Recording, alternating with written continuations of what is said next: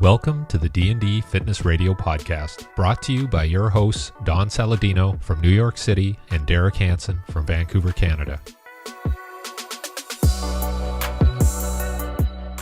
In episode 49, we speak with Sue Falsone. Well, introducing Sue Falsone, an Italian, correct? It's an Italian Sicilian, fellow Paisan. Me and you, baby. I love it. So, Sue, I was going through your resume. I mean, it's pretty incredible. I mean, you were a master's in human movement, PT, athletic trainer. I didn't realize that you worked for AP for a while. Gosh, I was there for 13 years. I was Mark's first physical therapist. And I went to the one in Tempe, Arizona. Was that where you were? Yeah. I started there in 2001. Gosh, like the minute he opened in 2001. And I think I was out there probably their last year out there, which in Tempe. 10 years, right? Absolutely. Easily 10 years. At least. I remember Nick Winkleman was there. He was running us through everything. It was just such a small world. I know, it's so crazy. You're the first female athlete trainer in any of the four major sports.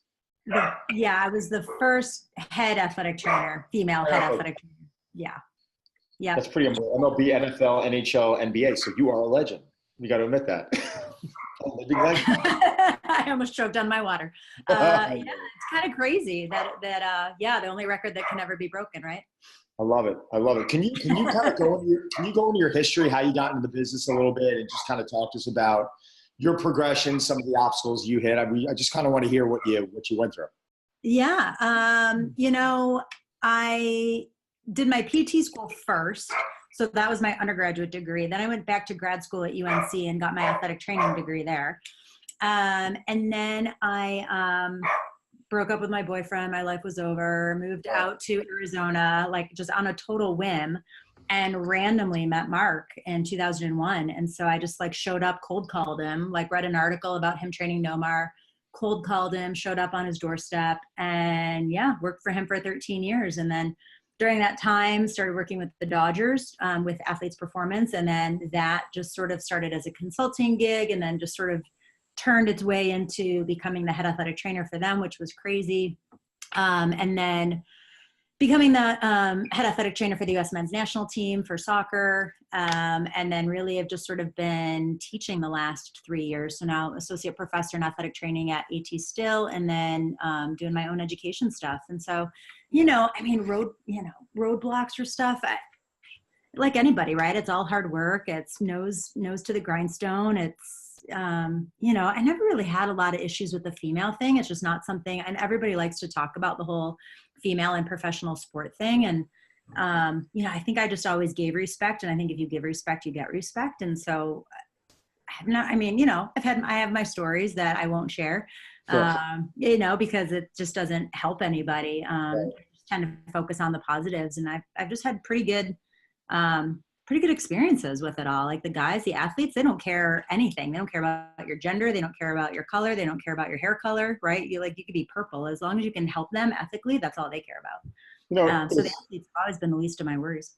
It's tough because, I can't say anything like that because I'm a man and I'm not a woman, and I've never gone through, what a lot of women in sports have to go through. I mean, I totally respect your comments on that. And you've been very successful as a female. You're almost, from the looks of your resume, you've kind of started all this in a way. You started with that step into women in sports. And I think it was this morning, when I say women in sports, I mean in athletic training.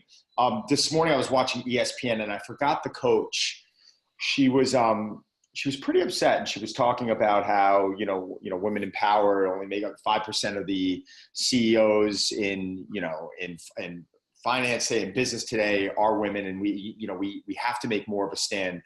What's your opinion? Do you feel like more women, I mean, is it, this may sound like a very general question and I apologize, but do you think it's because a lot of men out there, they are sexist and they don't want to hire women? Or do you think it's because a lot of women don't want to go out and put their foot forward and try and get that position? Yeah, I think it's really interesting. I think Sheryl Sandberg, I read that book called Lean In, and, in a very naive way, I was really unaware of some of the issues that women face. And I know that sounds ridiculous coming from a woman, but I grew up in an Italian family. I mean, Italian women are strong. Oh, yeah. Oh, yeah. And there was just tougher than the guys. absolutely tougher than the guys. Oh my gosh, my father, being the youngest, that man couldn't do anything for himself, right? Like my aunts and my mom and my grandmother, I mean, they were strong women, and there was never any doubt from minute one of my memories that like I couldn't do whatever I wanted to do. My aunt was she was an Italian, and in the 40s met a Jewish man, Italian Catholic, converted to Judaism, moved away from home. Like that stuff just didn't happen back then. And, that's what she did. And she started her own clothing business. And so I've just always been surrounded by amazingly strong examples of women. And so I think for me, that was huge. And what I've realized is that a lot of women don't have that, number one. Number two, I think in that book, Lean In, what Cheryl talks about, which I think is really interesting, is that a lot of women take themselves out of the workforce before they're even in it, meaning they're already planning to have children, and they're planning to get married and planning to have kids and planning to have a family. And so sometimes maybe they don't always go for those positions because they think, oh, well, in 2 or 3 years, I'm going to have a family, so I'm not going to go down that road, because they have just sort of different goals. And that's totally fine, right? I've never had that goal of wanting to have children or whatever. And so it was just sort of a really natural thing for me to sort of drive my career, where I think a lot of times women have other goals, and that's totally fine, totally cool. But I think we take ourselves out of the workforce sooner than we need to sometimes, because we think, oh, well, why bother going for that position? I'm just going to have a family in 2 years. So I thought that was a really interesting point. Yeah, no, absolutely. I mean, listen, I love it. I would, I'd love to see more female CEOs. I'd love to see more female coaches, more, even with my gym.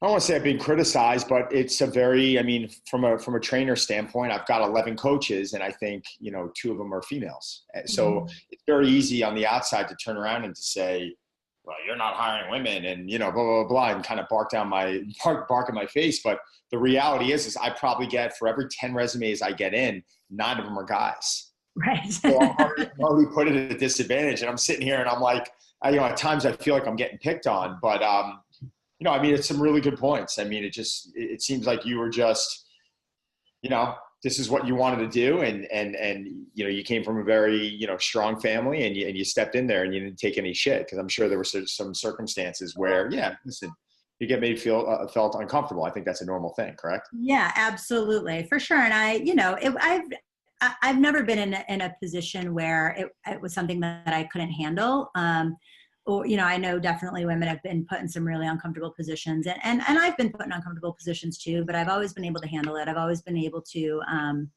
nip it in the bud and just sort of, I don't know. I've just always been able to handle it, whatever situation I was in. And I'm grateful that I haven't been put in an unsafe situation that some women I know have. I haven't had that experience. And so I think, again, for me, I walked into those situations. There are, with an NFL team, there's 100 men. With a baseball team, there's 40 men. I didn't walk in with the expectation of those 40 men changing because I was in the room. I was in their space. And so I kept to the athletic training room. I very much kept to the spaces, I didn't hang out in the locker room. I didn't, I went in there, I needed to do what I needed to do, and then I would get back out. And so I respected their space, and then therefore they respected mine. But I gave a lot of respect. I took the time to meet their wives. I took the time to meet their families. So everybody was comfortable with me being around. And I knew that I had to make those efforts. I couldn't just walk in the room and magically expect a culture that's been around for 100 years from a baseball standpoint to change just because I walked into the training room for the first time in a century. That's just an unrealistic expectation. And so I just took measures to make sure that I respected their space in a way that I wanted them to respect my space too. Do you think, Sue, that were there any mentors or people that influenced you and gave you that confidence to do that? I know one of my friends works for Canadian Cycling as a sports science director. And she says she observed how the coaches interact with the athletes. And a lot of times the coaches will say to the male athletes, like, hey, have you thought about coaching? But they don't necessarily have that conversation with the female athletes. Did you have somebody who was kind of pushing you and putting you into that position of confidence and, you know, just feeling comfortable? Yeah, I think so. I think right from the beginning of my athletic training career, I went to the University of North Carolina, Chapel Hill, and there were amazingly strong women that held very high positions at the D1 level. So C.B. Len, Meredith Petschower, Sally Mays, Terry Jo, and so there's just these women that right out of the gate from my minute one of being an athletic trainer that were just absolute rock stars. And so I was like, oh, okay, yeah, athletic trainers, just like there were men there that were rock stars, Bill Prentice and Rob Schneider and Scott Oliaro and Dan Hooker, like all these guys that were just amazing mentors to me. So I really had a very great mix of male and female mentors at UNC. So right out of the gate, again, in my athletic training career, in a very, what probably has given me a really naive perspective is, of course, women can be in those positions. I had multiple women right in front of me that had really, really high positions in D1 sports. So it didn't even occur to me that it occurred to me as much as my eye color, like, oh, I can't get that job because I have blue eyes. Like, what a ridiculous statement, right? And so I really thought of my gender in the same way because I had amazing examples in my family unit. I had amazing examples at the D1 level.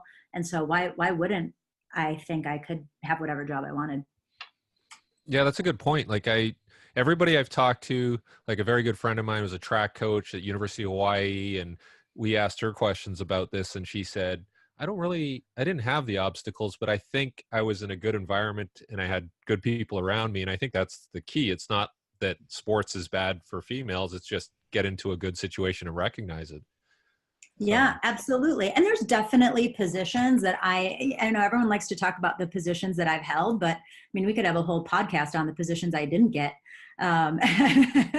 You know, I think that people think like, oh, Sue's gotten every opportunity she's ever gone for. And that's definitely not the case. And I know that there's positions that I didn't get, most likely because I was a female. And those are just things that I've not chosen to focus on or discuss or talk about because I'd prefer to talk about the experiences that I have had and the opportunities that I did receive and the preparedness and how prepared I was to dominate those opportunities when they came my way. Right. And so I think it's just about, for me, the story I choose to tell, which is really positive. I mean, overall, everyone has negative days, right? Or negative experiences in their life. But overall, my journey has been a really, really positive one. And I think that's the story that I want to share with young women who don't have the family unit that I have or who didn't have the examples that I have. Like I have young women reach out to me all the time and I email back every single one of them because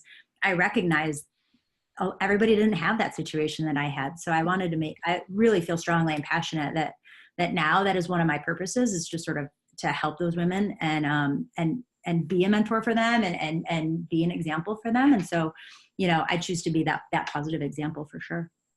Yeah. Would you be like, I ask this question a lot, even for male strength and conditioning coaches, like I'm actually pushing them to be more on the medical side, the PT side, because there's some things in strength and conditioning are still a little like, but with females, would you tend to push them more towards the traditional sort of physical therapy as opposed to, and I know there's a lot more women getting involved in head strength and conditioning positions like Andrea Hootie, and there's some great stories there, even in the NFL. What has been your experience?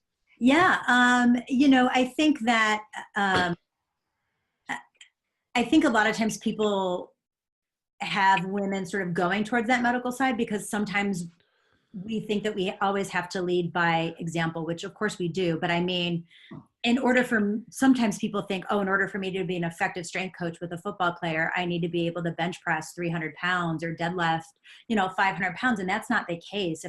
As long as I can my goal has always been do everything with a bar, be able to demonstrate everything with a bar, demonstrate the technique, and I can do 3 reps of pretty much any movement to one side. If you ask me to do a 4th rep or go to the opposite direction, I'm screwed, right? But that's the key to coaching. Luke Richardson taught me that very, very early on. He's like, the key to coaching is 3 reps to one side. And so then I walk back and then I I'm sorry, it's really funny. I love it. Right. And so I think as a woman, to be in the weight room, you've just got to be comfortable. I've never felt like I've had to demonstrate, how to snatch 200 pounds or how to deadlift 300 pounds. It's just not been my goal. If I can do it with a bar, and I can demonstrate technique, that's all it has to be, in my opinion. And I totally agree with you. I mean, unfortunately, when you're speaking to the masses and you see this, and again, I'm going to bring this up, Derek, and I think it's almost like customary, Derek, that I bring this up with every single guest that we have on, but with social media nowadays and how, a lot of the attention goes to people who have their shirt off or the woman showing those glutes, and they're immediately an authority. And, I was joking around with Mike Boyle the other day. He put a post up and he's like, if someone saw me on the beach, I'd be the last one that they came to asking about strength and conditioning. And I turn around and I comment, Mike, you'd be the first one I'd go up to, like laughing. But, it really is kind of sad how, yes. And I do it a little bit. I got to play the game a little bit. I live in that gray area of working with celebrities and then working with athletes and loving the stuff that like Charlie Weingroff does or Derek does. But on the other hand, understanding that, the masses out there want to look good with a shirt off. So I'm really I'm in purgatory, I always call it. It's like I'm being pulled in two different directions. Everyone on both ends are fighting with each other. But what's your wheelhouse? What do you feel, because you do wear a lot of hats and you are someone that is very respected in the industry. You're someone that's incredibly intelligent, and I think any smart strength coach on the planet would come to you and ask you a question. But what's the area that you're either most passionate about, or you feel like, I don't even want to say the most capable, but you feel like if you were a little bit better in one category, what would that be? Yeah, I think not to have a shameless plug for my book, but I think that space of that bridging the gap from rehab to performance is really where I live. I don't really do a whole lot of post-surgical rehabilitation anymore. And I just don't have a space to sort of live in the weight room anymore. And so really where I'm kind of living now and kind of have lived for the last couple of years is when guys are playing and they're functional out on the court or they're functional out on the field, but they don't feel good, right? We know that there's people playing all the time who just don't feel good. And so how do we maximize their performance? How do we help from a recovery standpoint? How do we teach and break down movement patterns? How do we make them better movers in general? And how do we break down fundamental movement patterns of linear movement, multidirectional movement? And then maybe how do we modify what they're doing in the weight room in order to, again, maximize their performance? So I feel like right now and I have lived in that space for a really long time, but that's sort of where I am now, is that space of guys are performing, but they don't feel great. How can we make them feel better to perform better is sort of really, I think, where I am living a lot right now. What do you use from a screening process? Like what's your typical process from the, or as Derek says, process, from the moment that you end up meeting with a client? Like what's step by step? How do you run them through things? Yeah, my very first thing, which I think people really discount as something that's not that important, but is I talk to them. I mean, I probably spend 30 minutes in a subjective and just finding out every injury that they've had, anything that they're dealing with right now, things that they have felt that has helped. I mean, research definitely shows that patient perception definitely dictates how they feel. So if I'm talking with someone and they tell me that they've used cupping and it didn't really help, well, I'm not going to use cupping with them because they already have a negative perception, right? And so, or if someone says, oh yeah, I've had needling done before, that's fantastic, I love it. Okay, great. Like I'm already going to be successful if I use needles because they have a positive perception. So I just find out a lot about what they've done, what's helped, what has not helped, and really take the time to listen to them, which sadly, like a lot of people just don't listen to their clients. They don't listen to their goals. And I think that's it too, is really making sure. I think we assume that a basketball player's ultimate goal is to play basketball. And that's not always the case, right? Especially as they start getting older, they've got families, they want to do other things. And so making sure that I'm aligned with their goals, not what my perception of their goal is. So to me, I think that's number one, is interviewing your client in a really, really strong way, because they're going to tell you 90% of what works for them. And then finding out everything too, from sleep to nutrition. And are these things that I'm going to be able to help handle, or do I need to call in a consultant to help deal with it nutritionally? I mean, I can talk basics on nutrition, but if someone's really struggling or feels like I need to bring in somebody. I'll just call in a consultant to do that. And so really trying to figure out, okay, what other pieces do we need to bring into play? Their strength coach, what's going on there? How are they communicating there? And then looking at what they're already doing and looking at their programs and seeing if there's anything we can modify. From a actual movement standpoint, I don't do anything more exciting than everybody else is doing, right? Everybody's doing FMS, SFMA, LMNOP, right? Like whatever sort of just works for you. I think from a movement screen standpoint works for me. I'm not fancy. Do people have full joint range of motion? And do they have the capacity to move through that full range of motion? If they don't, then that might be a problem. But at the same time, I've got to determine, are these guys in season or are they out of season? Because I tell a story in my book where I was in an in-season situation and I was evaluating a guy and he didn't have full elbow range of motion. So, I think I'm going to come in and fix his elbow. So I give him full elbow extension. He was lacking probably 15 degrees of elbow extension. So mid-season, I work and do manual therapy and give this guy full elbow extension. And then sure enough, he's throwing down and in and he's hitting every right-handed batter because now all of a sudden he's releasing the ball 15 degrees right later on. And so yes, for full joint health, is it the right thing to do to give him full elbow extension? Absolutely, but not in an in-season situation. So I've got to determine, okay, do they have full joint range of motion? Do they have the capacity to utilize it? Can they load that joint range of motion? And if they can't, are we in a time period where I can fix those things? If we're not in a time period that I can fix those things, then I just need to sort of manage pain and do very, very little. I've learned in an in-season situation. In an off-season situation, that's when I can begin to make some major changes. It's interesting that you bring that up. That was one of my questions that I had jotted down. But I worked with an athlete, I want to say about 7-8 years ago, one of the best NFL players. Let's just go that far. And when I saw him in the weight room, he was legitimately doing almost everything wrong. Even on the field when we went, and I'm not a sprint coach, I'm not an agility coach, but I was even able to pick up things on the turf that he was doing that I was just shaking my head at. And it was at a time in my life, yes, more immature, less knowledgeable. And I came to realize later on that maybe by fixing him, that can actually screw him up. I mean, what's your opinion on that? Yeah, 100%. People always talk about inefficient movement patterns. And my point is compensatory movement patterns are extremely efficient. When we start looking at the nervous system, which is my whole talk for Perform Better this year, the nervous system, that's what it's all about, right? When we change our sensory input, we're going to change our motor output. And so when we have a certain motor output for a long period of time and that becomes ingrained in us, it becomes extremely efficient. When I change that motor pattern or attempt to alter it, I am giving the body more inefficiency. So it's actually going to take more neural pathways in order to complete a task. That phrase, you can't teach an old dog new tricks, is kind of true. It's really difficult to do that.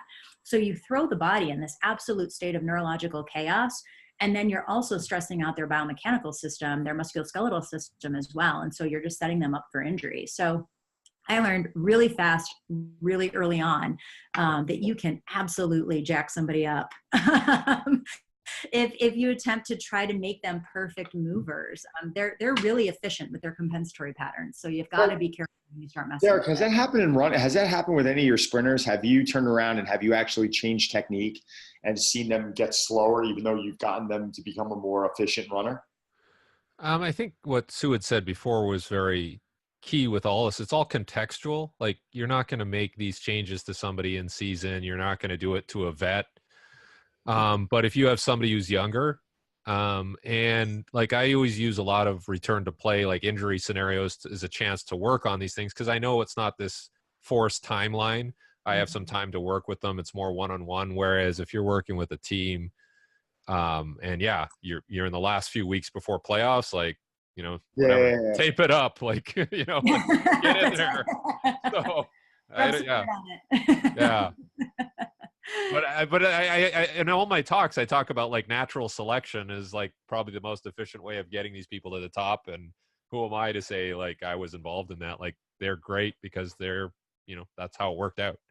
So So what about the whole minimalistic approach, which I know for years we all the strength coaches were talking about, and it was, you almost become a little nervous because it is, we are adding stress to these athletes' life, and I think general pop doesn't realize that training is still a stress, and there's that fine line of doing too much or too little. But when you're working with an athlete that's making $20 million a year, I mean, you are, in my opinion, skating a fine line of too much or too little. And so where do you live? Are you always kind of playing it a little bit safe and downsizing a little bit? Or do you feel like, no, you want to push it a little bit. You want to take it to the edge a little bit because season's long. I mean, especially with golfers who I work with a lot, 10 months a year, they're in season. So what's the off-season training? Like, there really is no off-season training, right?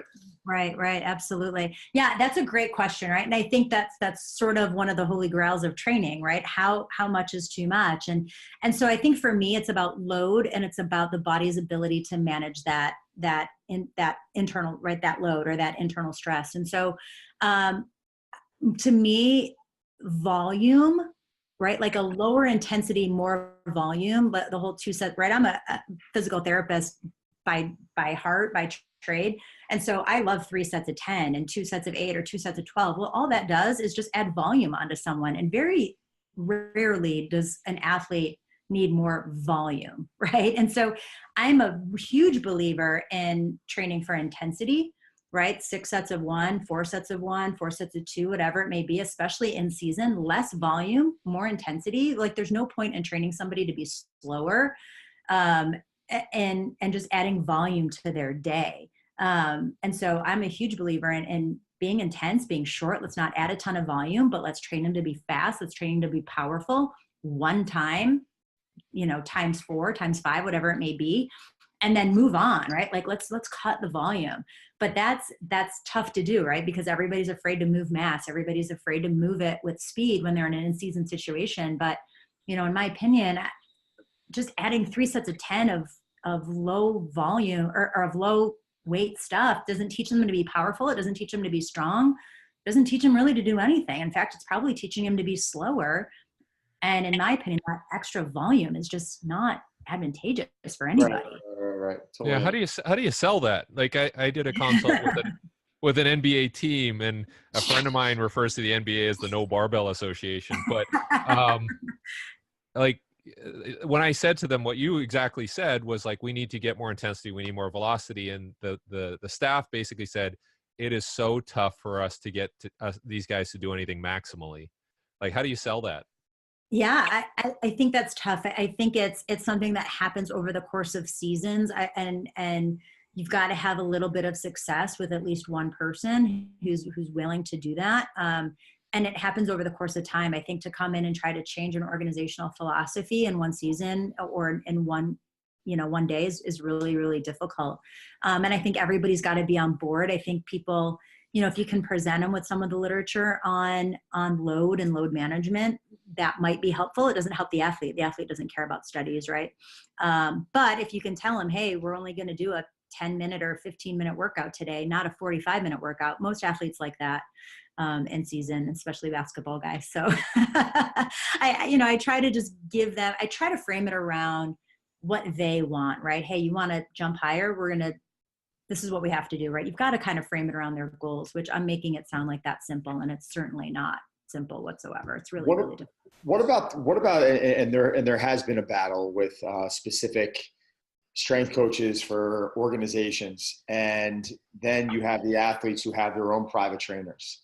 And it's like living in 2 different stratospheres here. I mean, it becomes very difficult, very challenging. I'm against it, to be honest with you. I mean, I believe I understand the players union. I get how it works, but if you're an owner of an organization coming and paying a pitcher $150 million, $200 million, you should have a say in the control, and you should have a say on who that, the organization, should have a say in where that athlete is actually going. How much of that has become a battle? And I'm not expecting you to mention names. I'm not expecting you to, throw anyone under the bus here, but how much has that become a battle, and how difficult is that to work with? Yeah, it's really difficult. And I've played both roles, right? I've been in the organization when I knew that the guys within the organization had their own people that they were bringing in to work with them on, on the side. And then I've been the person that the guys have brought in on the side. So I've played both of those roles, and I do see it from both sides. I really do. I get from an organizational standpoint, it's a bit of a conflict of interest, right? Like anything that this guy tells me, I have to report to the organization, and that affects their contracts, that affects their livelihoods. And why would they tell me all these little things when they know darn well I'm going to go have to report it to the organization, right? So I don't always blame them for going outside for some little things, right? And then at the same time, being the person who comes in from the outside, I always encourage the guy that I'm consulting with, let me talk with your medical staff. Let's make sure that we're on the same page. They're going to be more mad if they find out about it from somebody else, right? Like communication is the key. It's about you creating an athlete-centered model. What do you need, right? You don't feel like you're getting everything that you need from the organization.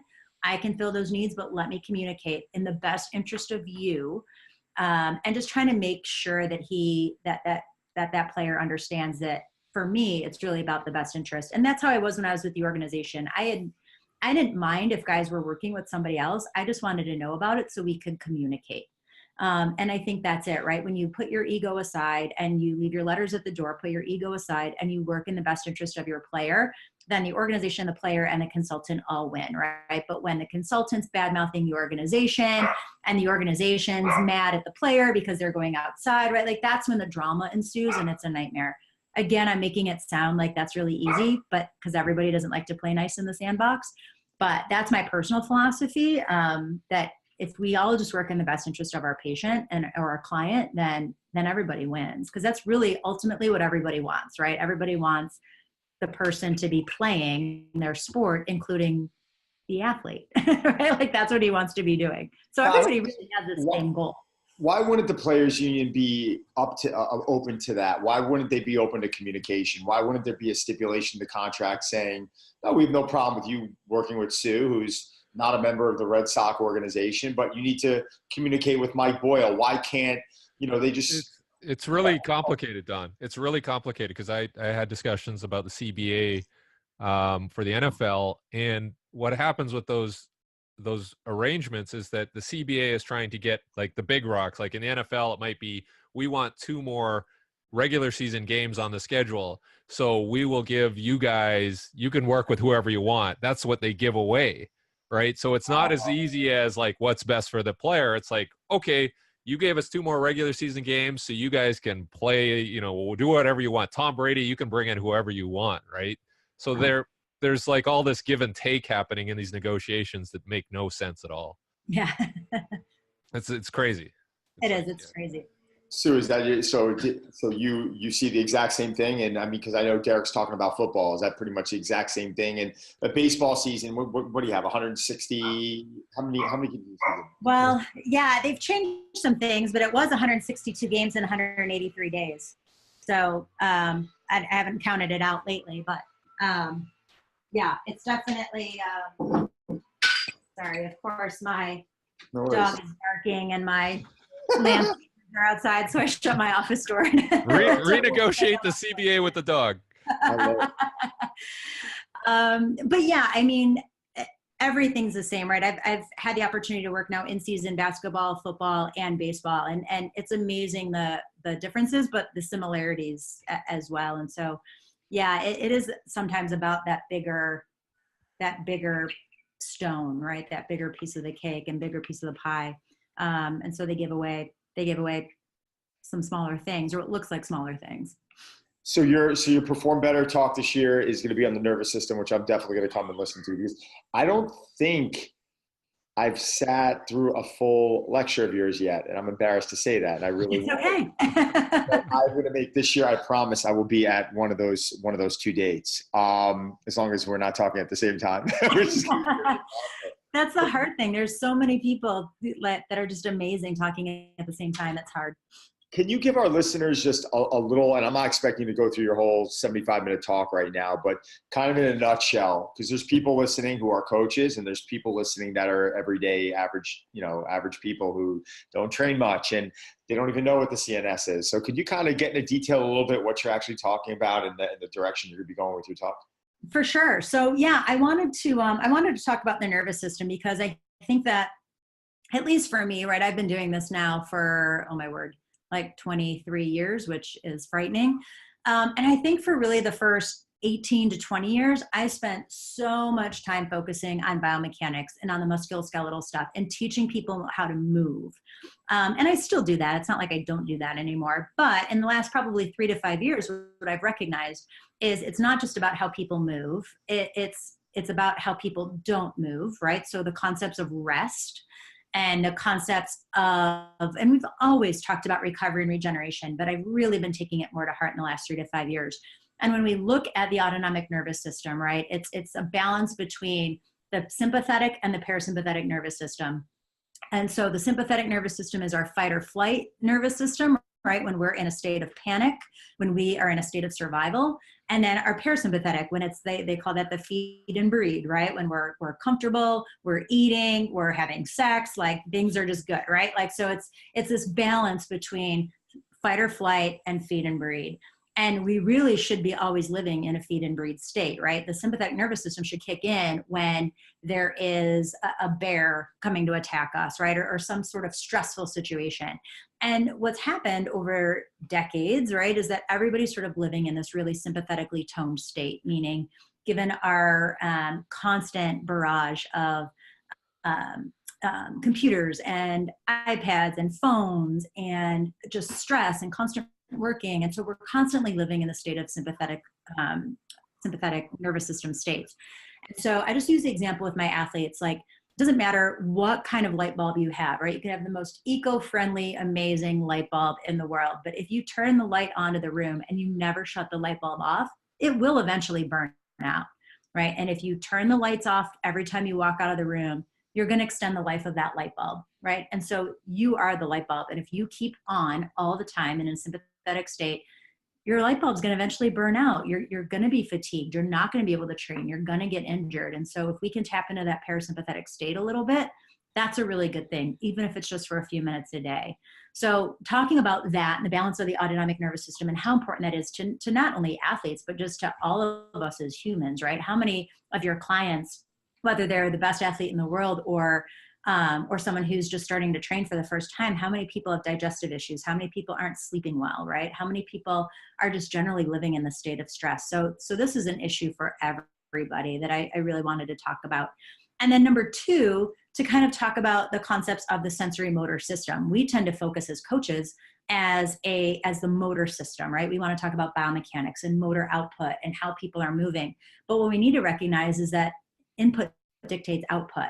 So if I alter or change the sensory input into somebody's system, their motor output is absolutely going to change. So when I start to mess with or change or stimulate different things from a visual standpoint, from a vestibular standpoint, from a tactile standpoint, sometimes all of a sudden their entire movement changes just because I've given them a different visual cue or I've put their head in a different position. And so just recognizing the fact that sometimes we coach movement in biomechanics. But really, if you just change a really simple sensory input cue, sometimes you get the most amazing motor output change. And so to kind of talk about that relationship of input versus output. And so, yeah, I'm super fired up to talk about it. It's not something that we usually talk about.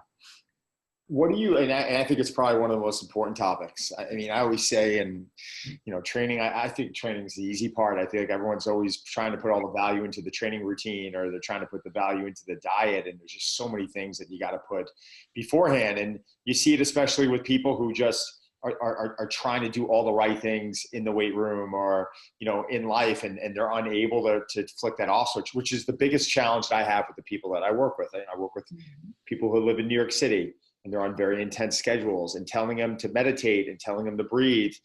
It's impossible. I mean, it's probably the one area. I mean, I've got one person right now, I can't mention a name, but the guy's a machine. And I've had him sit with Charlie Weingroff. Charlie's gone through it. Charlie looks at me and he's like, there's nothing wrong with his back. It's just that you can just see how he breathes and see how he holds his shoulders. Right. He's a complete mess. But how do you, in your opinion, how do you deal with that? Yeah, it's difficult. And I think if I try to just introduce it in small doses, literally like under 5 minutes as part of my session. So whether it's at the end of the session, or usually just at the end of the session or on an off day. And it's literally less than 5 minutes. So that way they still get their training, they still get their hard work, right, of what they want. And then I'm like, okay, we're going to end with this now. And sometimes you get the guys, sometimes you don't. But if you can begin to give some type of a result or show them, oh, okay, yeah, I'm not supposed to be breathing this way. I'm supposed to be breathing this way. They're all competitive. And so they want to try to get better at that. And I've had a couple guys where I do some like abdominal work with like this ball, some like of Jill Miller's yoga tune-up type stuff where she's does some of the vagus nerve stimulation with the ball.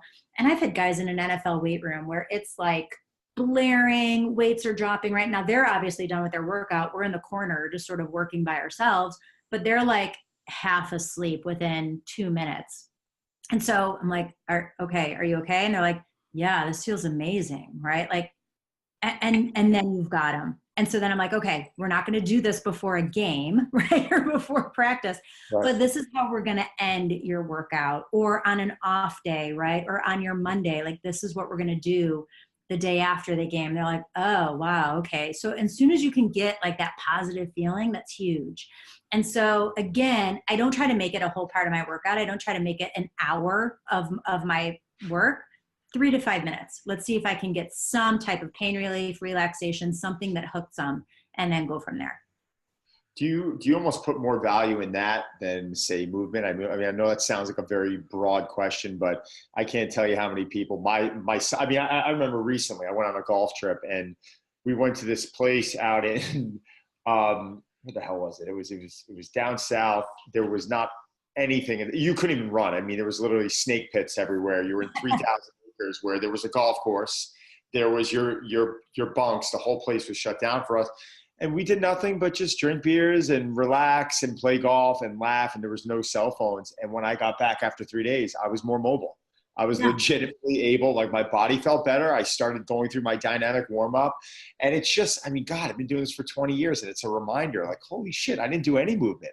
I didn't do anything that was good for my health, for the exception of actually relaxing and look at the place it put my body and my mind. So do you kind of rate that above everything else? Absolutely. Yeah. And, guys, some guys are more open to talking about it than others, but, it's the Chinese had it right about yin and yang, right? You can't have day without the night, right? It's hard to have sunshine without rain.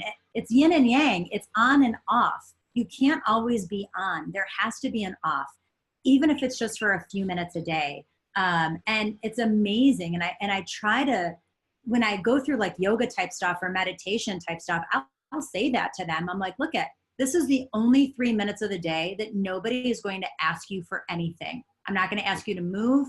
I'm not going to ask you to take care of the kids. I'm not going to ask you to do anything. I'm going to ask you to sit here and breathe. That's your job for the next 3 minutes. It's the only 3 minutes you've got today where nobody asks you for anything. So take it or leave it. And they're like, oh, you want me to just lay here and breathe? I'm like, yep. They're like, huh, okay. Right. Yeah. So, but you have to, whatever they attach to, right. And it's you, that's why I spend so much time talking, right. It always comes back to your subjective. You've got to find out people's motivation. You've got to find out their goals. And then I attach all of it to that. And I would absolutely agree with you, especially in the positions that I'm in now. I don't do a whole lot of training stuff with my clients in the situations that I'm in right now. I'm doing a whole lot of recovery stuff. So then that way, when they're not with me, they can train hard and that they can perform. And I think we're seeing a shift, right? People are starting to recognize that. There's a meditation center that just opened down the street from me, which is great, right? Like I belong to the meditation center. I'm like, geez, I used to work at the best gym in the world, and now I spend $50 a month to go lay in a hammock and listen to bowls like being I actually did that at a place in the city, and I was shocked. It was called Shambhala, or it was some meditation spot where I walked in, and it wasn't even a membership. You just have to give donations. Oh, that's awesome. This you gotta love New York City. And me, I'm like, obviously I'm Derek. I'm like, what kind of fucking business model? I'm like, well, what do I donate? They're like, whatever you like. I'm like, just tell me. I'm like, so it wound you up more, eh? No, it's not upset. The next thing you know, I'm in this room. Yeah, I'm laying there with these people and I'm breathing, and suddenly I'm like, Oh shit, there's something to this actually. Yeah. Have you guys done like the float tank sensory deprivation tanks? Yeah. I I had a have, yeah. I wanted to stab my eye out. It's hard. I had a panic attack. Yeah. I had a panic attack. So I've done it probably about a dozen times and I still don't. I mean, the first time I freaked out a little bit. I was in a coffin. I was in one of the small ones and I freaked out. I turned the light off. I'm like, fuck that, the light's on. Are you nuts? And recently I've been going back and they have a much bigger chamber now and there's like a little bit of light and they have music and I'll find myself falling asleep and then I know like waking up being like, what the hell's going on? What time is it? What's the whole science behind that though? Are you for it or against it?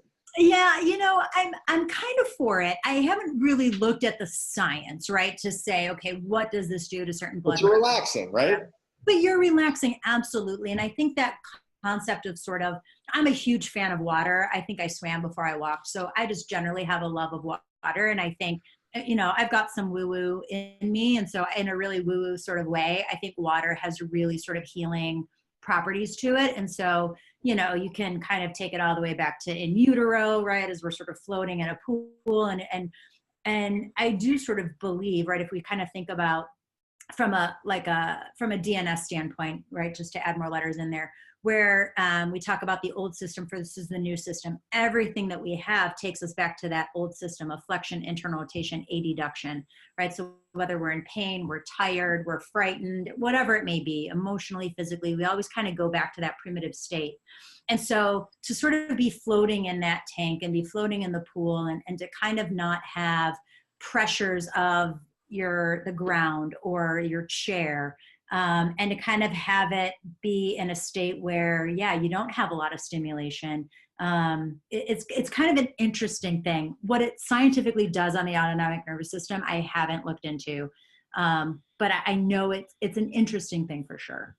I'm for it. I think it's as simple as, wow, if you're getting me to relax for 90 minutes and close my eyes and breathe. All right, dude. Yeah. Home run right there, Derek. How. Have you done it, Derek? Yeah, I did it twice. The first one was a 90-minute session. And yeah, the first 30 minutes was excruciating. And then, because I don't even think I've been in a totally dark environment before. Yeah. So maybe like, before I was born, but yeah, it was sort of like, oh, geez, and I had to open the hatch a bit and then I settled down. And yeah, but after I got up and I felt like I was kind of floating, like when I walked around. So it had an effect. Yeah. So. Yeah. I need to dig into the science on it a little bit more, but yeah, I think it's interesting. Well, if you get any of it, send it my way. I'm definitely interested in it. I'm probably going to continue to do it because like I said, it's calming me down a little bit. So it's not a bad. Well, you could set one up in the gym and you could do like the float tank and then you go to the freezing chamber and then, go back and forth. I had to get rid of my cryo chamber. I'm all bummed out. Yeah, man. Why? Because I had to bring a massage. I have a great masseuse that's, now friendly with Charlie and they're working together nicely. And there was just more of a demand from the clientele. Cryo was getting a lot of love from non-members, ironically. Like I think 90% of the usage was non-members. Huh. I might actually change my office back into the cryo room and move my office upstairs and just kind of suck it up because I do love it.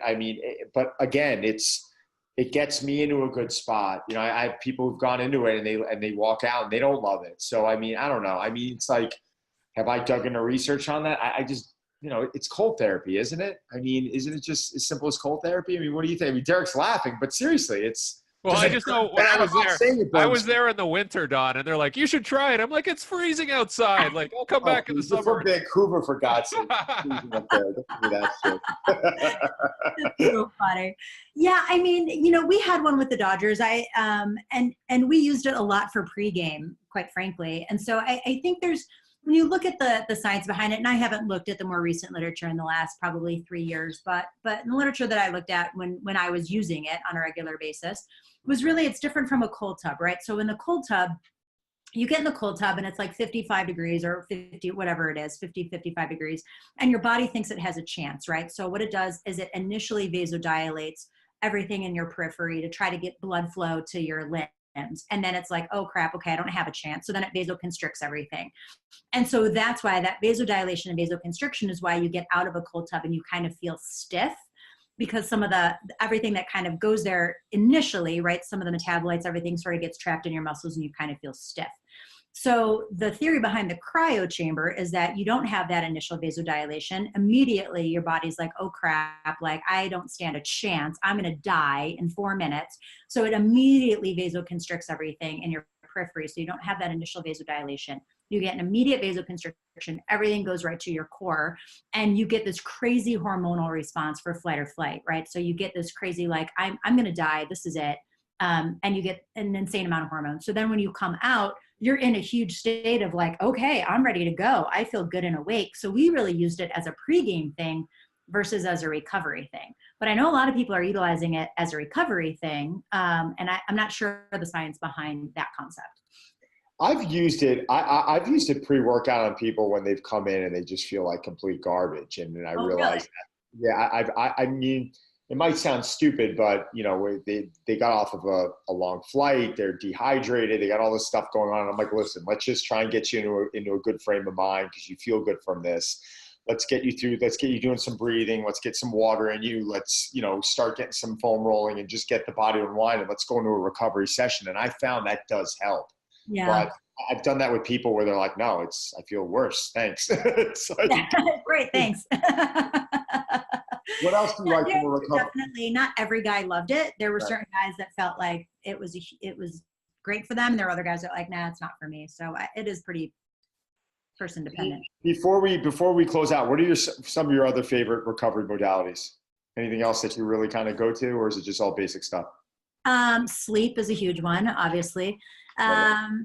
Which is, that's a tough one for me.